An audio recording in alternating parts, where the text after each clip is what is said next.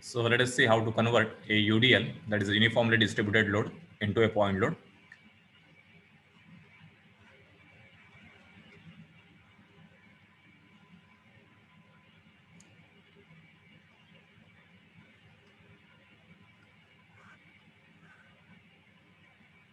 So this is the UDL which is acting on the beam AB.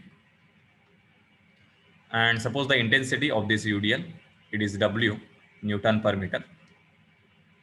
So for the conversion, this UDL will act exactly at the center, that is a point load because of that UDL. So this is the point load because of this UDL of intensity W. And the force value F because of that UDL, it is equal to this intensity into the span. So this is suppose L, that is the length of the beam AB. So multiply the intensity by the length. So this will become Newton. Okay. So this is called as a point load because of the UDL. So this is W into L Newton, because W is Newton per meter. If you multiply by the length, so unit is meter. So meter will get cancelled. So remaining value is Newton. So this is the point load. So similarly, we can convert the UVL into point load.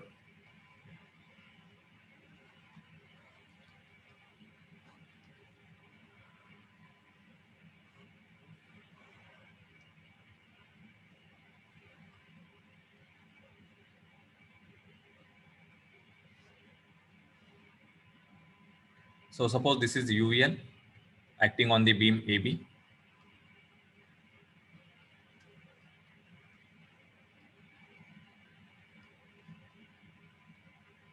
And the maximum intensity, this is W Newton per meter. So for the conversion, its point load,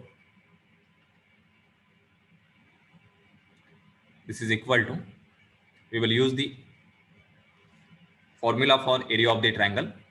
So that is equal to 1 by 2 base into height.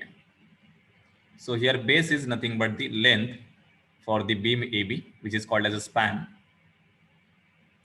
And this height is nothing but the maximum intensity. So point load value, so this is F, it is equal to 1 by 2, base is L into height is W. Okay. So finally unit will be Newton. So this is the point load.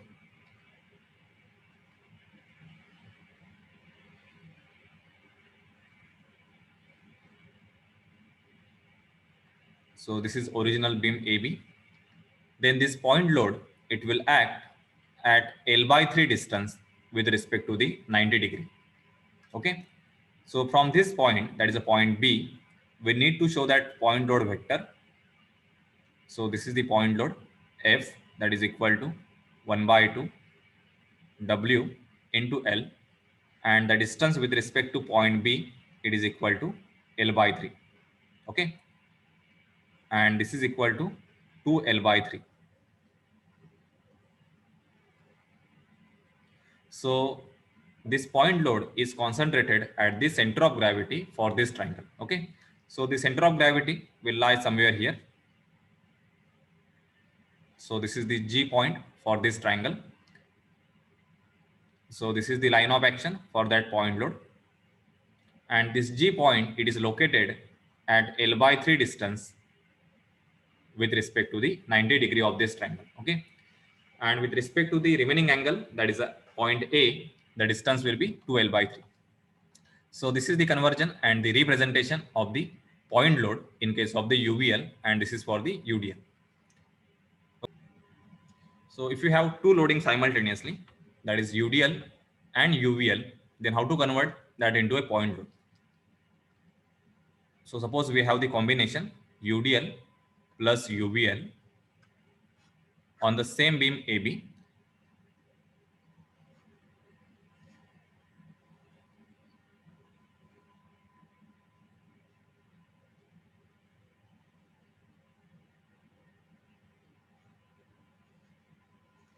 So suppose this is a brick wall, and on this brick wall we have another wall which is triangular in shape. Okay, like this.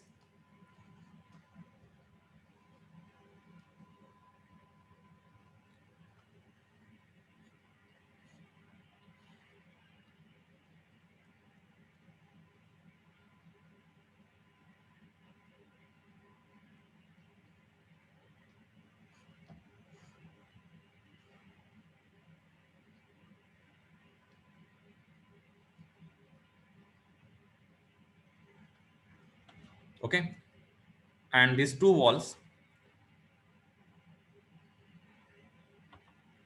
they are supported by using a concrete beam. So this is the beam AB,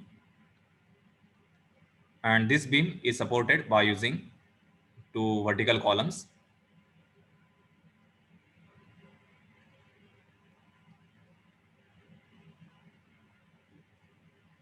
Okay, so this type of loading can be represented as a combination of UDL and the UVL. Okay, so if you observe this diagram, then you can split this diagram into UDL and the UVL.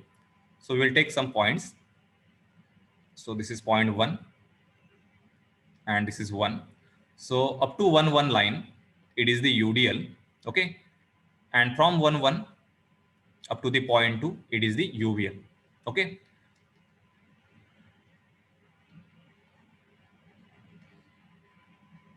so suppose this total value is a W2, this value is W1.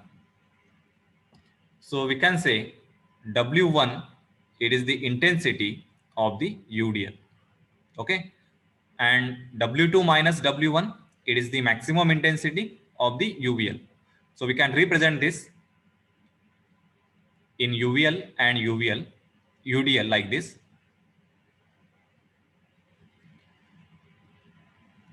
So this is the beam AB. Suppose these are the support reactions. Okay, so up to line 1 1, it is the UVL.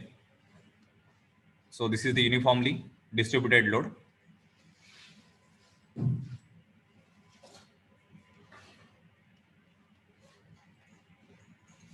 For this UDL, intensity is W1. So unit will be Newton per meter. Okay. Then after 1 1 section up to the section 2, we have the UVL, uniformly varying loading. So this is the representation for the UVL.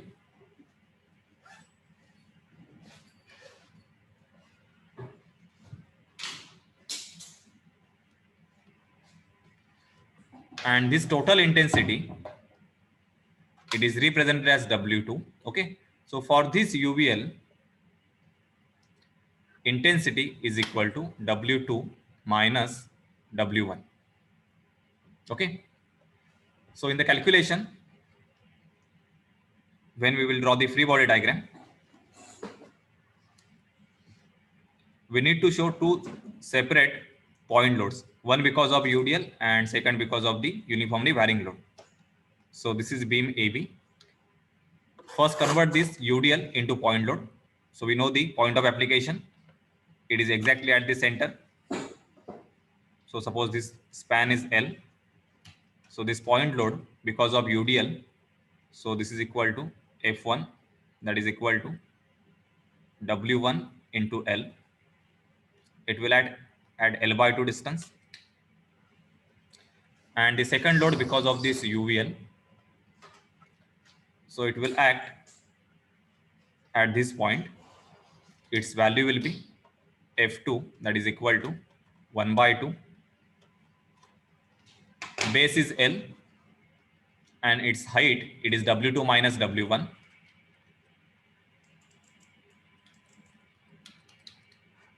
Okay, and it will act at distance L by 3 from the 90 degree, that is with respect to point B.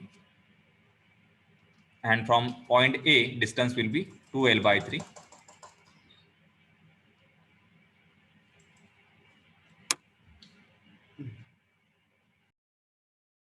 So this is how you can convert the combination UDL and UVL into point loading. So I hope this Conversion is clear. How to convert a given UDL and given UVL into point load.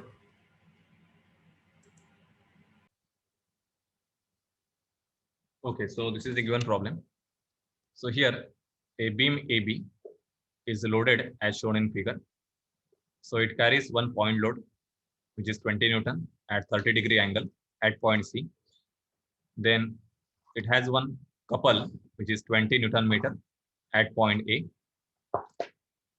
Then UVL of intensity 20 Newton per meter, and total span it is equal to 6 plus 3, that is a 9 meter, and UDL intensity is 10 Newton per meter and its span is 2 meter. Okay, so we have to find out the resultant and the location with respect to A. So when you solve this problem, first draw the free body diagram.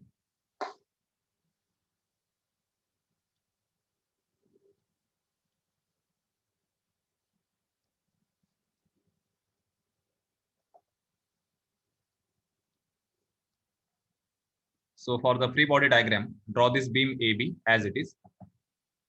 Okay. Show the point load at point C as it is. So this is the point load 20 Newton. Its angle is 30.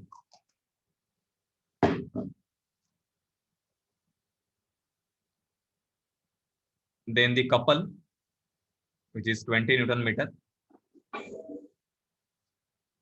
Then convert this UDL into point load. Okay. So this is the point E.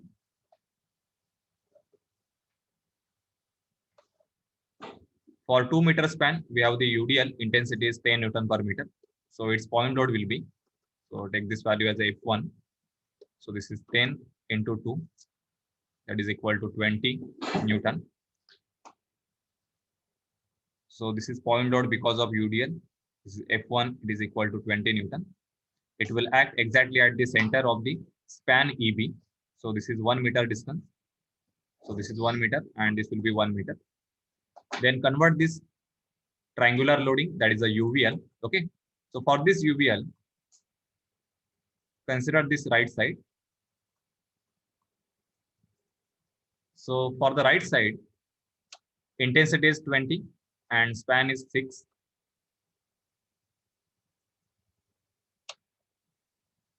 Okay. So first load, it will act at this point. So this is point D.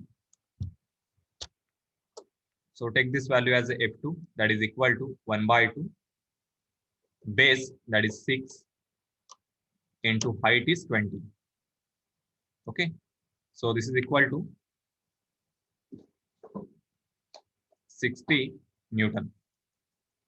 Okay. Now consider the left side.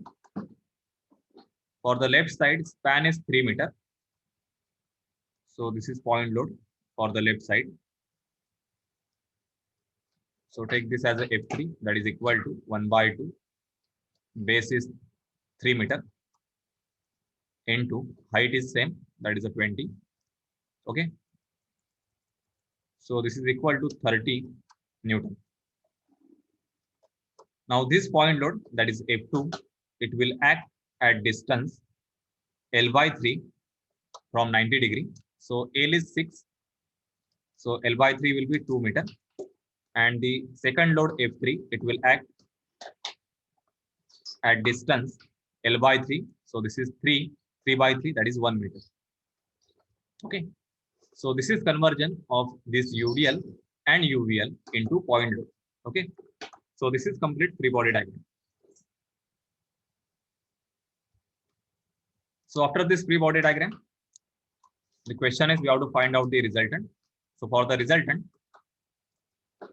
first find out the summation effects. So for summation effects, resolve this force 20 Newton. So resolve this force at this point only. So this is X component and this is the Y component. So X component, it is equal to 20 cos 30.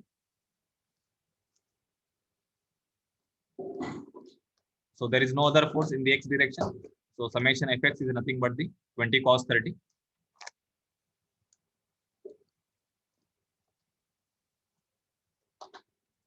So this is 17.32 Newton. Okay, and it is on the positive x side. Then find out summation Fy. So this is equal to, now take addition of all y component. So start from 20. So this is minus 20, then minus 60, minus 30, minus 20, sine 30.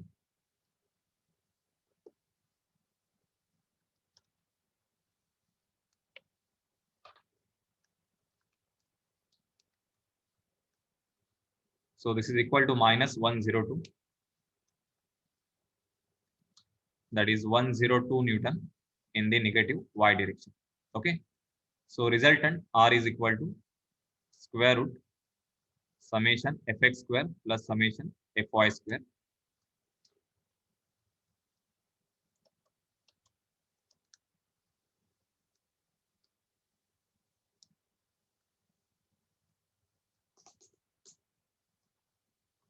So this is equal to 103.46 Newton. So this is the value of resultant. So we need to find out the angle, that is theta. So first locate the quadrant. So summation fx is on the positive x side and summation fy is negative y. So quadrant is fourth quadrant. So this is the location of resultant and this is angle theta. So theta is equal to tan inverse summation fy upon summation fx.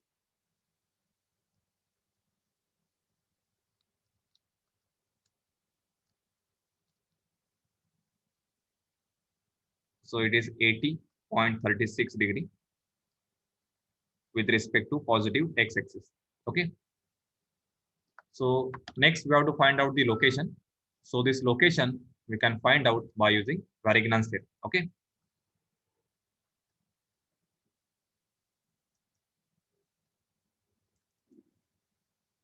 So when we find out the resultant, you convert the given force system into the resultant system. So this is the resultant system. This is beam AB, and that resultant will act like this. So this is x-axis, and this is the angle theta, which is equal to 80.36. Okay, so you can extend the line of action, and then from point A, draw the perpendicular. So assume the distance D as a perpendicular distance, and then use Varignan's theorem. So Varignan's theorem will be summation of moment by all the forces about point A. It is equal to moment by the resultant about the same point A. So to find out the left hand side, refer this diagram. That is a system of forces. Okay. And for resultant, that is the right hand side, refer the diagram, resultant system. Okay. And then find out the distance D. So try to complete this problem. So today we will stop here. Give your attendance in the chat box.